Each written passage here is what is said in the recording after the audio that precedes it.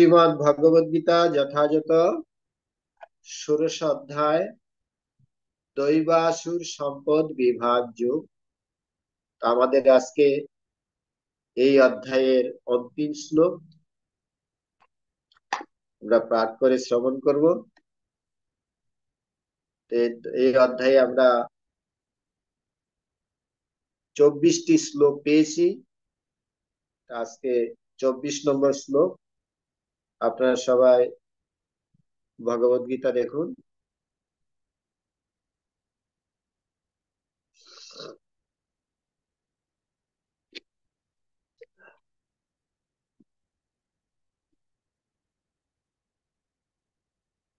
তস্মাৎ শস্ত্রং প্রমাণং তে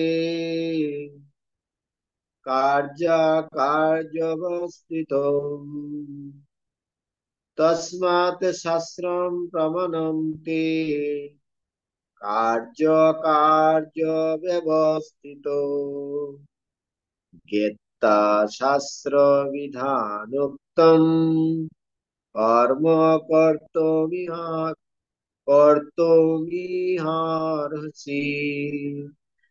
জ্ঞেত্তা শাস্ত্র বিধানোক্তং কর্ম কর্তুমিহার্হসি। তস্মাৎ শাস্ত্রং প্রমাণং তে কার্য ব্যবস্থিতৌ জ্ঞেত্তা শাস্ত্র বিধানোক্তং কর্ম কর্তুমর্হসি। তস্মাৎ শাস্ত্রং প্রমাণং তে কার্য ব্যবস্থিতৌ জ্ঞেত্তা শাস্ত্র বিধানোক্তং কর্ম কর্তুমিতার্হসি। শব্দার্থ: তস্মাৎ অতএব, শাস্ত্রম শাস্ত্র, প্রমাণম প্রমাণ, তে তোমার, কার্য কর্তব্য, অকার্য অকর্তব্য, ব্যবস্থিত নির্ধারণে, জ্ঞেত্তা জেনে, শাস্ত্র শাস্ত্রের, বিধান বিধান, উক্তম কথিত হয়েছে, কর্ম কর্ম, কর্তুম করতে, ইহ এই অর্হসি যোগ্য হও। শ্রীল প্রভুপাদ কৃত অনুবাদ এবং প্রাঞ্জল তাৎপর্য। জগৎগুরু শ্রীল প্রভুপাদ কি জয়। অনুবাদ: অতএব কর্তব্য ও অকর্তব্য নির্ধারণে শাস্ত্রই তোমার প্রমাণ। শাস্ত্রীয় বিধানে কথিত কর্ম সম্বন্ধে জেনে তুমি সেই কর্ম সম্পাদন করতে যোগ্য হও। তাৎপর্য: পঞ্চদশ অধ্যায়ে বলা হয়েছে, সমস্ত বৈদিক বিধি ও নিষেধের উদ্দেশ্য শ্রীকৃষ্ণকে জানা। কেউ যদি ভগবদ্গীতার মাধ্যমে শ্রীকৃষ্ণকে জানতে পারেন এবং কৃষ্ণ ভাবনার অমৃতময় স্তরে স্থিত হয়ে ভগবানের সেবায় নিযুক্ত হন, তাহলে তিনি বৈদিক জ্ঞানের চরম সিদ্ধি স্তরে উপনীত হন। খুব সুন্দর এখানে বলা হয়েছে ছিল প্রভুপাদকৃত তাৎপর্যে, যে আমরা পূর্ববর্তী যে 15 অধ্যায় আলোচনা করেছি, সেখানে মূল বিষয়বস্তু ছিল যে ভগবানকে জানার মাধ্যমে আমরা একমাত্র এই জন্ম মৃত্যুর চক্র থেকে মুক্ত হয়ে ভগবত ধাম প্রাপ্ত হতে পারি।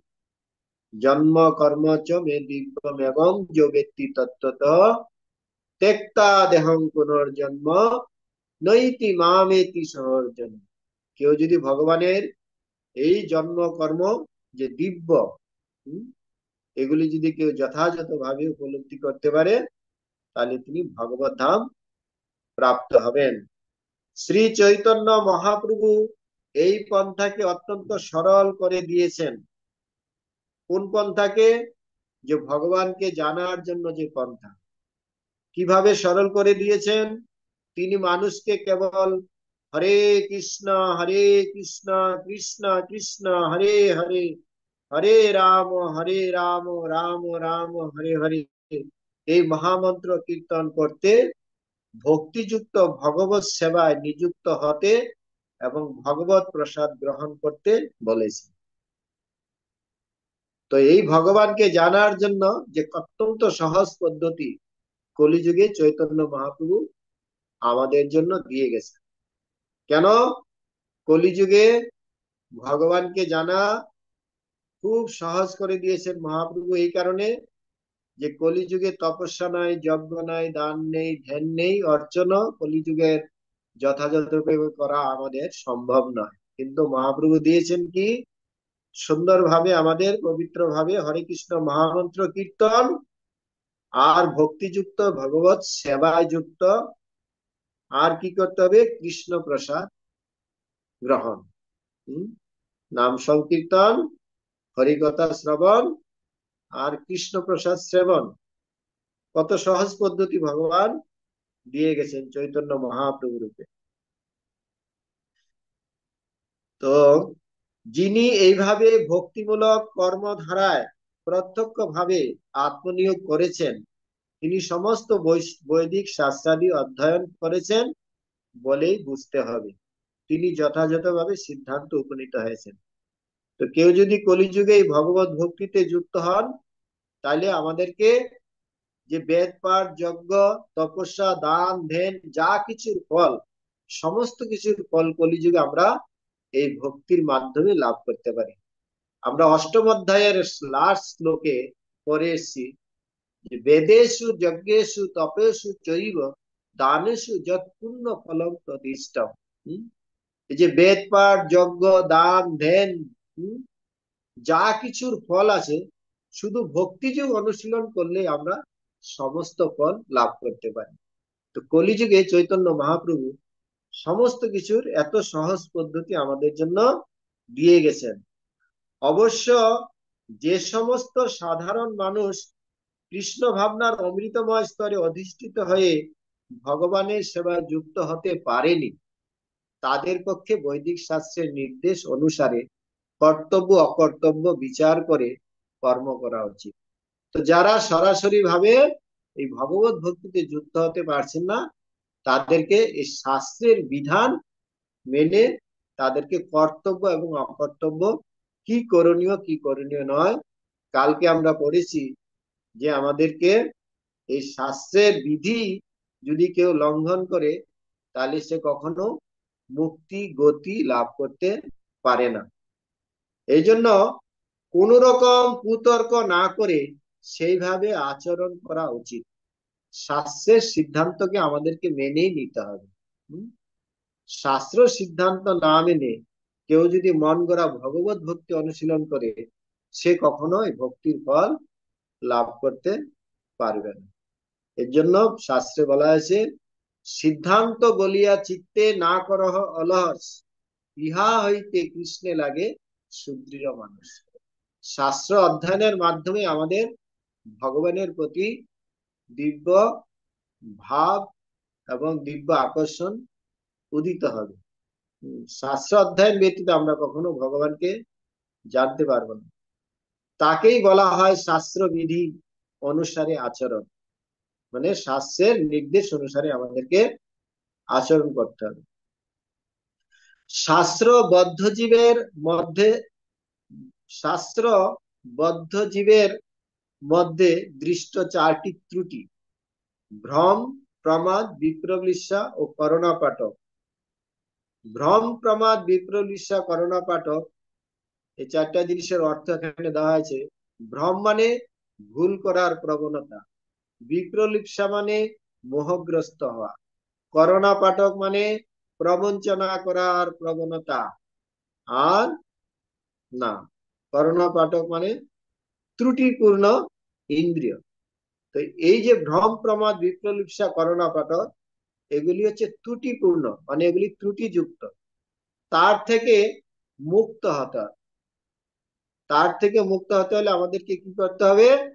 আমাদেরকে দিব্য স্তরে ভগবত ভক্তি অনুশীলন করতে হবে। এই চারটি প্রধান ত্রুটি থাকার জন্য বদ্ধজীব বিধি নিয়ম রচনার অযোগ্য। সেই কারণেই শাস্ত্রোক্ত বিধিনিষেধগুলি এই চারটি ত্রুটি থেকে সম্পূর্ণভাবে মুক্ত বলে সমস্ত মহান ঋষি আচার্য মহাত্মাগণ সেগুলিকে কোন রকম পরিবর্তন না করেই গ্রহণ করেছেন। এই যে শাস্ত্রের সিদ্ধান্ত, এখানে কোনো ত্রুটি নেই। কেন ত্রুটি নেই? এখানে এই যে শাস্ত্র বিধান বা শাস্ত্র সিদ্ধান্ত কে দিয়েছেন? ধর্মন্তু সাক্ষাৎ ভগবত প্রণীতম। এই শাস্ত্রের সিদ্ধান্ত স্বয়ং ভগবান আমাদেরকে দিয়েছেন। এই শাস্ত্রের কথা কোনো মুনি, ঋষি, দেব দেবী, মানুষ কেউ দিতে পারে না। এই শাস্ত্রের সিদ্ধান্ত দিয়েছেন স্বয়ং ভগবান। ভগবান হচ্ছেন পূর্ণ পুরুষোত্তম ভগবান, তিনি সমস্ত ত্রুটি থেকে মুক্ত। সেই জন্য ভগবানের কথাও ত্রুটি থেকে মুক্ত। ত্রুটি মানে দোষ থেকে মুক্ত। ভারতবর্ষে অনেক আধ্যাত্মিক সম্প্রদায় রয়েছে যেগুলি সাধারণত দুভাগে বিভক্ত: নির্বিশেষবাদী, সবিশেষবাদী। তারা উভয়ই অবশ্য বৈদিক নির্দেশ অনুসারে জীবনযাপন করেন। শাস্ত্র নির্দেশ অনুশীলন না করে কখনোই সিদ্ধি লাভ করা যায় না। তাই যিনি যথাযথভাবে শাস্ত্রের মর্মার্থ উপলব্ধি করতে পেরেছেন তাকে ভাগ্যবান বলে মনে করা হয়। এই শাস্ত্রের যারা বিধিনিষেধ অনুশীলন করেন তাদেরকে দুইটা ভাগে ভাগ করা হয়েছে। একটা হচ্ছে নির্বিশেষবাদী, সবিশেষবাদী। নির্বিশেষবাদী এবং সবিশেষবাদী তারা দুই পক্ষই ভগবানকে মানেন। কেউ মনে করেন ভগবান নিরাকার, আর যারা ভগবত ভক্ত তারা মনে করেন যে ভগবান সাকার। ব্রহ্মেতি পরমাত্মেতি ভগবানিতি শব্দটি। ভগবানকে বা পরম তত্ত্বকে তিন রূপে জানা যায়। ভগবান নির্বিশেষ ব্রহ্মরূপে আছেন, এবং তিনি পরমাত্মা রূপে আছেন, এবং তিনি সবিশেষ বিভু শ্যামসুন্দর মুরলীধর রূপেও আছেন। তো যারা ভগবত ভক্ত তারা এই বিভু শ্যামসুন্দর মুরলীধর রূপেই ভগবানের সেবা করেন। এটাই চৈতন্য মহাপ্রভু আমাদেরকে এই শিক্ষা দিয়েছেন, যে ভগবানের সবিশেষ রূপের আরাধনা। তারপরে বলছেন, পরমেশ্বর ভগবানকে উপলব্ধি করার নীতির বিরুদ্ধ আচরণেই মানব সমাজের সমস্ত অধঃপতনের কারণ। মানব জীবনে সেটি হচ্ছে সবচেয়ে গর্হিত অপরাধ। তাই ভগবানের বহিরঙ্গা শক্তি মায়া সর্বদাই আমাদের ত্রিতাপ দুঃখ ক্লেশ প্রদান করে থাকে। এই যে জগতে আমরা ত্রিতাপ ক্লেশ ভোগ করছি, অনেক সময় আমরা ধর্ম অনুশীলন করছি তথাকথিত ভাবে, কিন্তু যারা শাস্ত্রের সিদ্ধান্ত না মেনে ধর্ম অনুশীলন করে তারা কখনো এই ত্রুটির থেকে মুক্ত হতে পারে না, বা এই জগতের থেকে মুক্ত হতে পারে না। এই শাস্ত্রের সিদ্ধান্ত আমাদেরকে অবশ্যই অনুশীলন করতে হবে। এই বহিরঙ্গা শক্তি জড় প্রকৃতি ত্রিগুণের দ্বারা গঠিত। পরমেশ্বর ভগবানকে উপলব্ধি করতে হলে অন্তত সত্যগুণে উপনীত হতে হবে। সত্যগুণের স্তরে উন্নীত হতে না পারলে মানুষ রজ তমগুণের স্তরে থেকে যায়, যা আসরিক জীবনের কারণ। যারা রজ তমগুণে আচ্ছন্ন হয়ে আছে তারা শাস্ত্রকে অবজ্ঞা করে, সাধুদের অবজ্ঞা করে, পরমেশ্বর ভগবানকে যথাযথভাবে উপলব্ধি করার পন্থাকেও অবজ্ঞা করে। তারা সদ্গুরুর উপদেশ অমান্য করে, এবং তারা শাস্ত্র নির্দেশের কোন রকম পরোয়া করে না। ভগবত ভক্তির মাহাত্ম্য শ্রবণ করা সত্ত্বেও তারা তার প্রতি আকৃষ্ট হয় না। ভগবত ভক্তির মাহাত্ম্য শ্রবণ করা সত্ত্বেও তারা তার প্রতি আকৃষ্ট হয়। অনেক হরিকথা অনেকে অনেক শ্রবণ করতে পারে, অনেক ইউটিউবে অনেক ক্লাস অনেক কিছু শ্রবণ আমরা করি, কিন্তু কেউ যদি ভগবত ভক্তির অনুশীলন না করে কখনো সে ভগবানের কৃপা লাভ করতে পারবে না। ভগবত ভক্তি আমাদেরকে অনুশীলন করতে হবে। চেত দর্পণ মার্জনম ভব মহাদাবাগ্নি নির্বাপনম। এই চিত্তরূপ দর্পণকে আমাদের মার্জন করতে হবে ভগবানের নাম সংকীর্তনের মাধ্যমে, এবং ভগবানের কথা শ্রবণ কীর্তনের মাধ্যমে, এবং শাস্ত্রের যে বিধি নিষেধ সেগুলি অনুশীলন করার মাধ্যমে। কেউ যদি এই জগতে সৎ ব্যক্তি হতে চায়, তাকে কমপক্ষে এই 4টা নিয়ম পালন করতে হবে, সে ভক্ত না হলো। হুম? 4টা নিয়ম কি? জীব হিংসা, নেশা, অবৈধ কর্ম, দ্রুত ক্রিয়া। এই 4টা পাপ কর্ম হচ্ছে ভক্ত ভক্তি বিরুদ্ধ কর্ম, শাস্ত্র বিরুদ্ধ কর্ম। কেউ যদি বলে যে আমি ভদ্রলোক, তাহলে তাকে এই 4টা নিয়ম পালন করতেই হবে, সে ভক্ত হোক আর না ভক্ত হোক। হ্যাঁ? এই 4টা শাস্ত্রের বিধি। এই 4টা শাস্ত্রের বিধি মেনে যিনি ভগবত ভক্তি অনুশীলন করেন, তারাই একমাত্র এই জগৎ থেকে মুক্তি লাভের যোগ্য হন।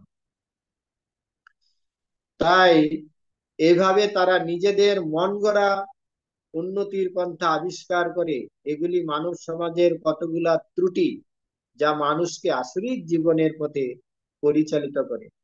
কিন্তু মানুষ যথার্থ সদ্গুরুর দ্বারা পরিচালিত হয়, যিনি তাদের সর্বোচ্চ উন্নতির স্তরে উন্নীত হওয়ার পথ প্রদর্শন করবেন, তাহলেই তাদের জীবন সার্থক হবে। এজন্য আমাদের কি করতে হবে? সাধুগুরু বৈষ্ণবের আশ্রয়ের প্রয়োজন অবশ্যই দরকার আছে।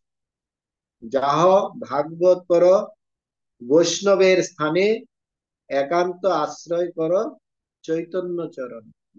এই বৈদিক শাস্ত্র বা ভগবত শাস্ত্র আমরা নিজে নিজে পড়ে কখনো বুঝতে পারবো না। স্কুল কলেজের বই নিজে ঘরে কিনে এনে পড়ে আমরা কখনো বিদ্যা অর্জন করতে পারবো না। আমাদের শিক্ষকের প্রয়োজন আছে। এই আধ্যাত্মিক শিক্ষা অনুশীলন করতে গেলে আমাদের আধ্যাত্মিক গুরুর প্রয়োজন আছে, বা সাধুগুরু বৈষ্ণবের সান্নিধ্যের প্রয়োজন আছে। এইভাবে আমাদেরকে শাস্ত্রের নির্দেশ অনুসারে এবং সাধুগুরু বৈষ্ণবের আনুগত্যে আমাদেরকে ভগবত ভক্তি অনুশীলন করতে হবে।